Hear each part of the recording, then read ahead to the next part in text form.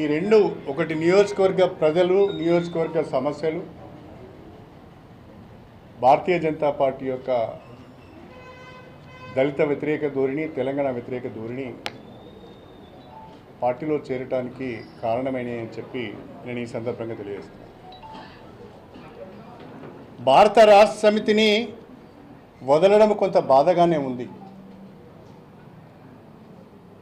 కేసీఆర్ గారి పట్ల నాకు గౌరవం కూడా ఉంది.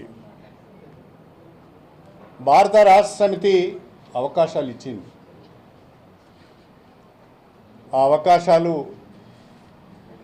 నాకు తెలిసిన కాడికి నేను సద్వినియోగం చేసుకున్నాను తప్ప దుర్వినియోగం చేసుకోలేదు.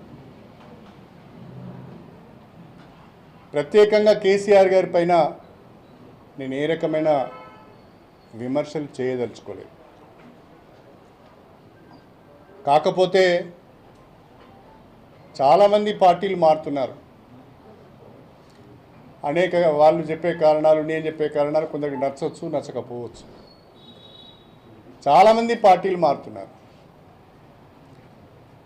పార్టీలు మారిన ఎవరిపైన కూడా పార్టీ అంత తీవ్ర స్థాయిలో స్పందించలేదు. కానీ నా విషయంలో మాత్రము చాలా తీవ్ర స్థాయిలో పార్టీ స్పందిస్తున్నది. జిల్లా నాయకత్వం స్పందిస్తున్నది. విపరీతమైన ధోరణితో మాట్లాడుతున్నారు. ఈర్ష్య, ద్వేషాలు వాళ్ళ మాటలలో స్పష్టంగా కనిపిస్తున్నాయి. నిన్నటి వరకు వారితోనే ఉన్నాను, నా గురించి తెలియనిది ఏముండదు. కానీ మాట్లాడే పద్ధతి, సంస్కారం, సభ్యత లేకుండా మాట్లాడుతున్నారు. నేను వాళ్ళ స్థాయికి దిగజారి మాట్లాడదలుచుకోలేదు. కానీ ప్రజలను గమనించాలని నేను ప్రత్యేకంగా కోరుతున్నాను. చాలామంది పోయిండ్లు,